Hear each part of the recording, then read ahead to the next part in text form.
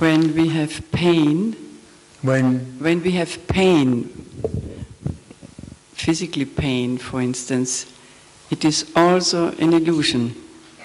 Well, no, there is only what there is, and if pain arises, pain arises. If there is a me, an artificial, illusory sense of me there, then the me takes ownership of the pain. This is my pain. I own this pain. It's happening to me. I'm aware of this pain. I know this pain. When me is no more, there's just pain. When the me is no more, there is just pain. Did you say? When the me is no more, when the illusion of the being me collapses and there's nothing left, there's just pain. And where is this pain then? Oh, wherever you like, up in the ceiling, in your arm. It doesn't, in the arm, in the heart, or emotional pain. It doesn't matter what it is, it's just pain, but there's nobody now that has it. It's just what it is. Pain. There is no more identification with the pain. There's nothing to identify anymore with pain. Nothing to identify with anything. So just let go the pain. No, nobody lets go of it. It's just there. There isn't anybody left who would let go of pain. There's just pain. It's there or it isn't there. All there is what is and is not. All there is that which arises and appears.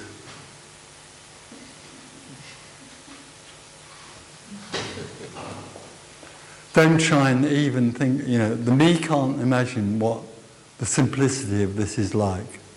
The me can't imagine what this message is like at all, because the me lives in its artificial separate subject-object world, where there's always something to do about everything. There's always something. Me has a screwdriver, and when anything happens, he puts the screwdriver.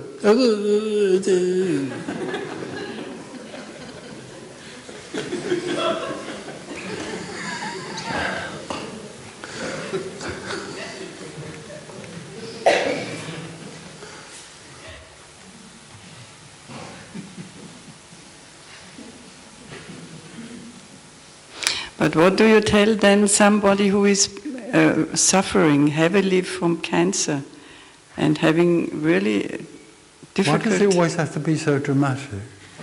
Why can't they just have a bad tooth? But how can... What, no, all right. So there's somebody suffering from cancer. That's what is.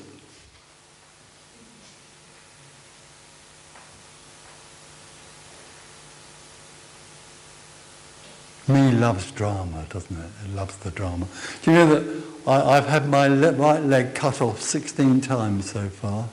In the few years I've been around, people say to me, what would you do if somebody cut your leg off? Because they think, foolishly, that this is something to do with acceptance and surrender. So they think in some way or other that when liberation is there, that person would just lie there and have their leg cut off and wouldn't say anything. This has got nothing to do with anybody being in a certain way. It leaves that whole thing behind, and all that's left is what is.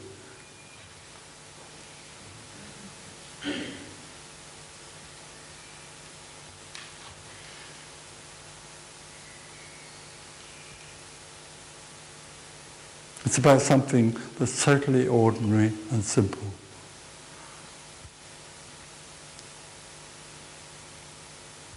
Much too simple for me. Hence all the great teachings and religions. The great teachings and the religions feed me. They just feed me. Here we are, have this, have Buddhism. Would you like a bit of Buddhism or Christianity? Or self-inquiry or something? Which next bit would you like to play with for the next 5 years?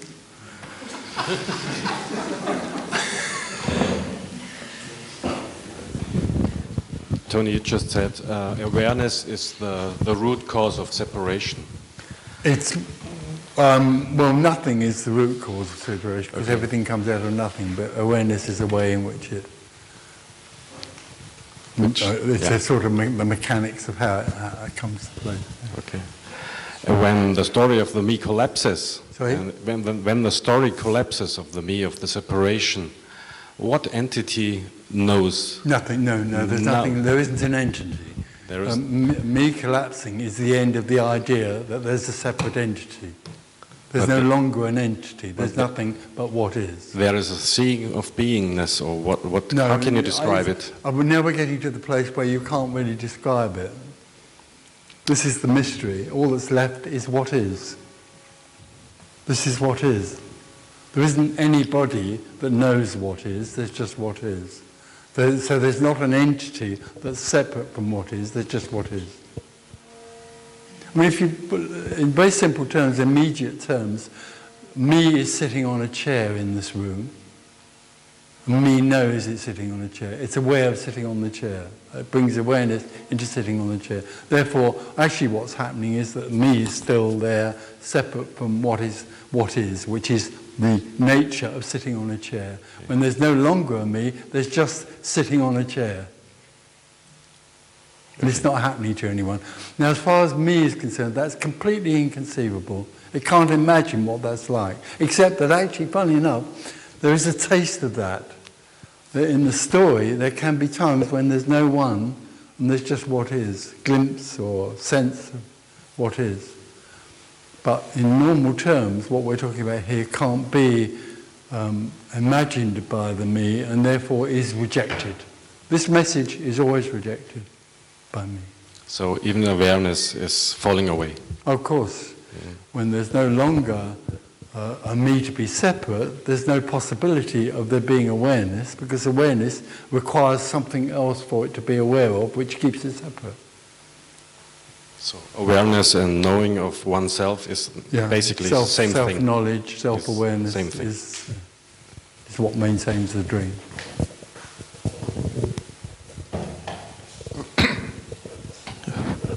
Would you say that the deepest sense of longing in oneself is also me?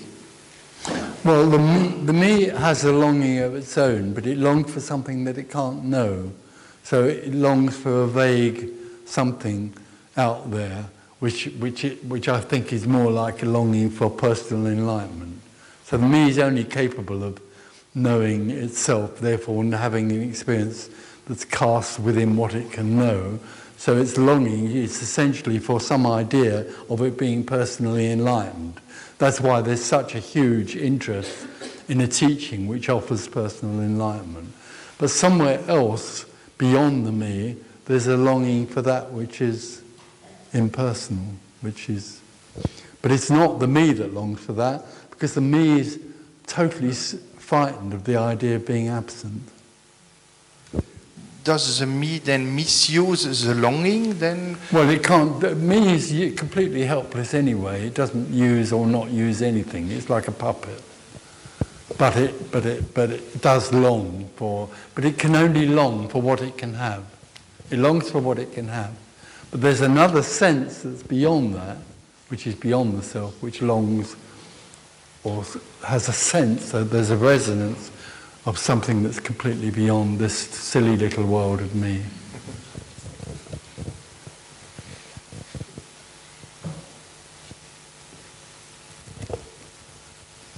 But it's amazing how the me can put itself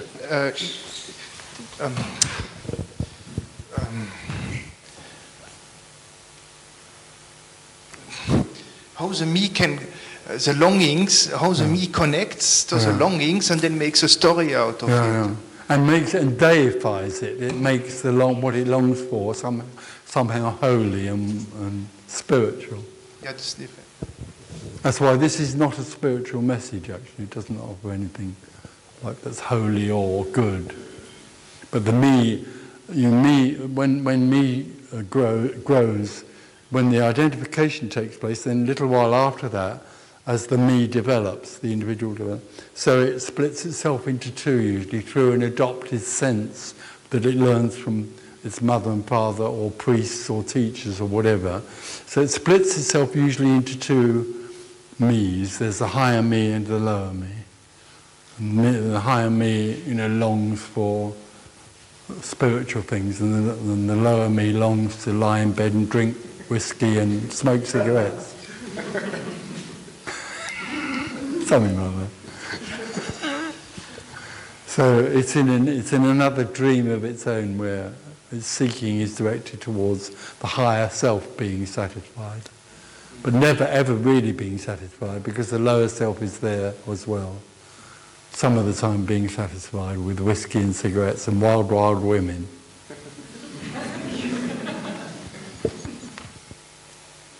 But there are certain patterns of the discomfort which always repeats themselves. Yeah, there's a program. Me lives in a sort of wheel. It's in a bus, the dream bus, and it thinks it's driving the bus, but actually the bus is going around like in a fair. It goes around in a circle, and in the circle it goes on repeating its programs in different forms. This is what I meant. It takes the root of the deepest longing. It repeats the same patterns and knows exactly where it grabs. Well, it's actually helpless, but it thinks it knows. It comes back in the longings of wanting, and then again it tries to... Yeah, it goes on and on, repeating its seeking for something beyond what it's programmed for. That's amazing. Here I go again.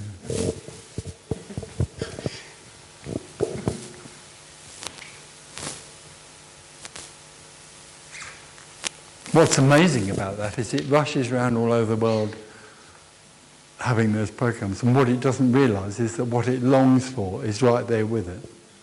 It's this. It's out there. And what it longs for is this.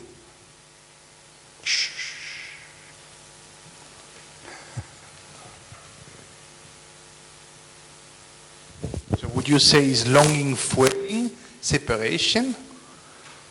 Well, it doesn't know what it's longing for, as we said before. What I mean is what it's looking for is already this, but it can't see that because it lives in what will be.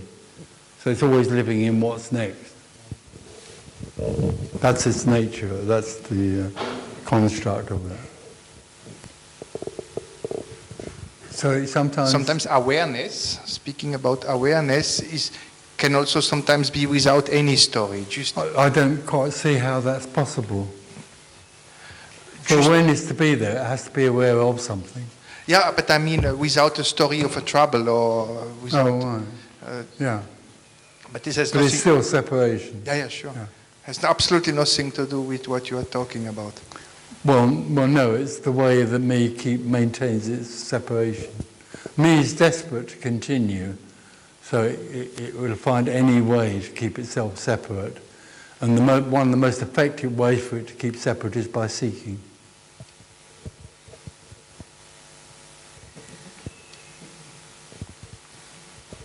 It's brilliant.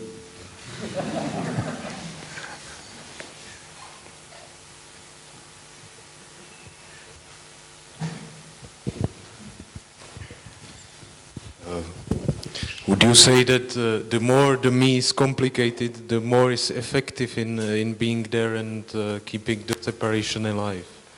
Yeah. I mean, it doesn't do it, but because it lives in a story, then it lives in complication. It can't know simplicity because it lives in the complication of its own story, and it lives in the sense that somehow that story has significance and importance, meaning and purpose. So then you get the whole complexity of interpretation of the story, both religiously, politically, and in every other way. This is why the world we see today is so complex, because the seeking mind turns everything into a story of discovering satisfaction or the answer to everything. The huge lust there is for knowledge now in the world. You know, we spend billions of pounds to send a rocket to Jupiter or something to find out it's made of rock.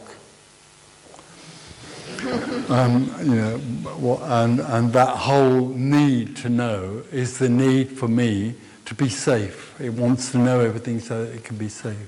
So it builds a huge, complex world around it. which we see happening more and more today. There's a sort of fever going on at the moment in the world for me to discover and own and have more and more.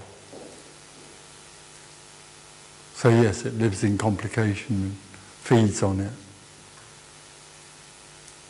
Yeah, and for some people seem to have more complicated and some people less complicated. And that's just, it probably doesn't matter, just that the me always seems to trying to dig up some problems, you know. Tries to put on some problems, to find some. It thinks it does. It dreams that it has the choice to do that. But all it actually really is, it's just what's happening. Me isn't doing it.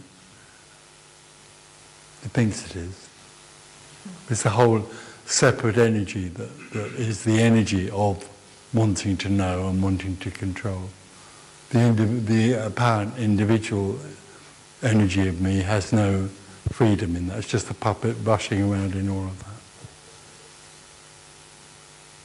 It's just wholeness. It's wholeness appearing and pretending to be a me, rushing around looking for itself. And it rushes around and constructs all sorts of amazing complex worlds in which it thinks it can find itself, and it thinks it can find safety and happiness. But so far, I don't think it's working very well. Are all the higher states of consciousness, the so-called higher states of consciousness, made up by the me? Well, yeah? There's always a higher state of something. I think in Buddhism there are 37 different levels of enlightenment. And when you get to about 23, there's no idea of what they're talking about at all. You're then completely lost, because it's just a lot of abstract nonsense. But yeah, higher consciousness is another way that the me tries to divide everything. And consciousness is actually a word for knowing.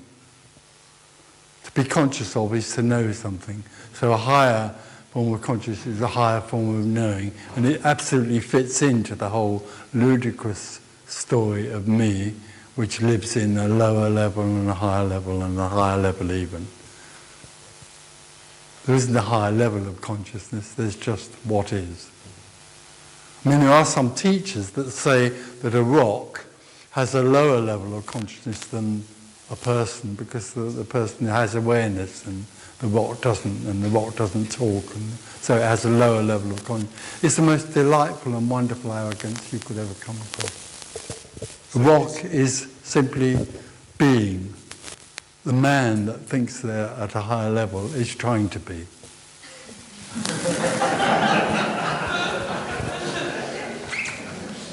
So is it useless to meditate then? No, how... Is meditation useful?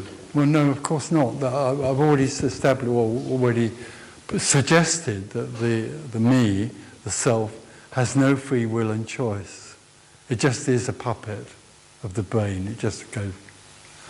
So how can it choose to meditate? It's the me who chooses to meditate. But the me is an illusion. So how does the me, in an illusory state, choose to meditate? How can it choose to do anything? And why would it anyway? Where is there to go? Me, apparently chooses to self-inquire or become a Buddhist. It's all about becoming. It's all about what will be. So what should we do then? No, what should we do then? No, but what shall we do is not the point. In order to get this free. isn't saying what should you do or what you shouldn't do. This is suggesting something far worse. There is no you. All there is what is, so how could there be anything to do? This is a terrible message. But this is one of the few meetings you'll come to which, as far as the individual is concerned, is wonderfully and utterly pointless.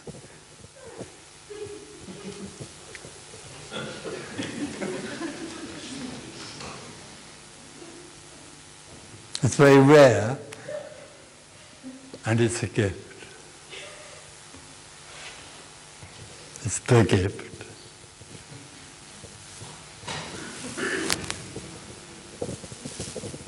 And it's nobody's message.